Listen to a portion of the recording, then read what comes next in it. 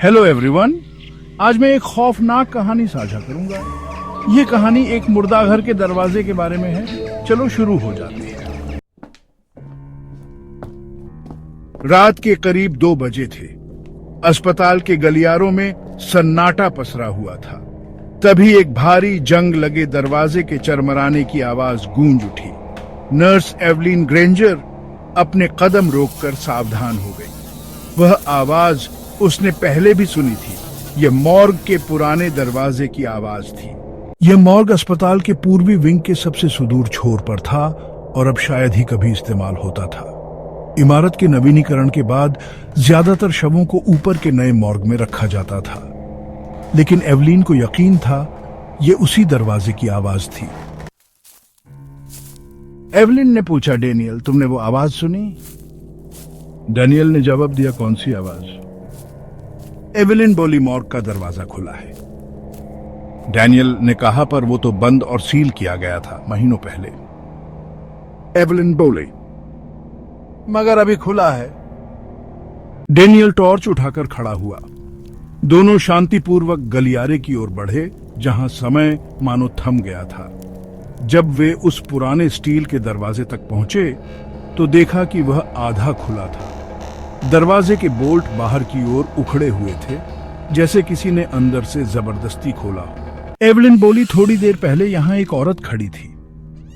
लंबा काला कोट, सफेद चेहरा, एक शब्द नहीं बोली। मुझे लगा किसी फ्यूनरल होम से होगी, लेकिन आज कोई भी डिलीवरी शेड्यूल नहीं थी। डैनियल बोला, यह कुछ ठीक नहीं लग रहा। दोनों अंदर घुसे। कमरे के भीतर गीली बर्फ जैसी ठंडक थी। ऊपर की लाइटें टिमटिमा रही थीं और सफेदी की चमक में कुछ भी स्थिर नहीं लग रहा था।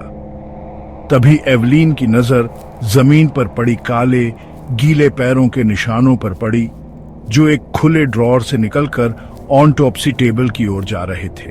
एवलिन घबराते हुए बोली, किसी ने बॉडी को डिफ्रॉस्ट कर दिया क्या? लेकिन उसकी आवाज में भी अब घबराहट थी।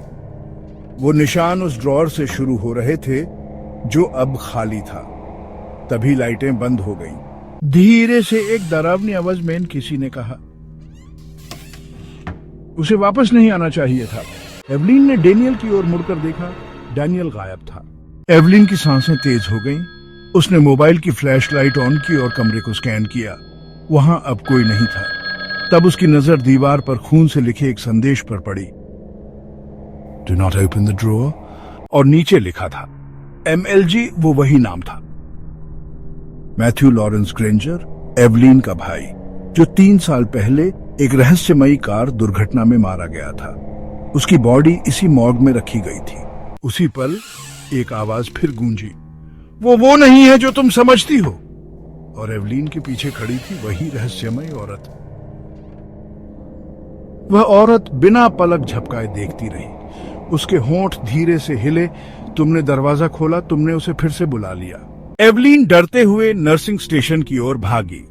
सुरक्षा से संपर्क करने की कोशिश की, लेकिन सभी कम्युनिकेशन सिस्टम फेल हो चुके थे।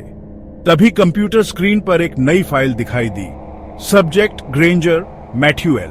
वीडियो फुटेज था, पुराने रिकॉर्ड से। उसमें मैथ्यू की बॉडी टेबल पर रखी थी।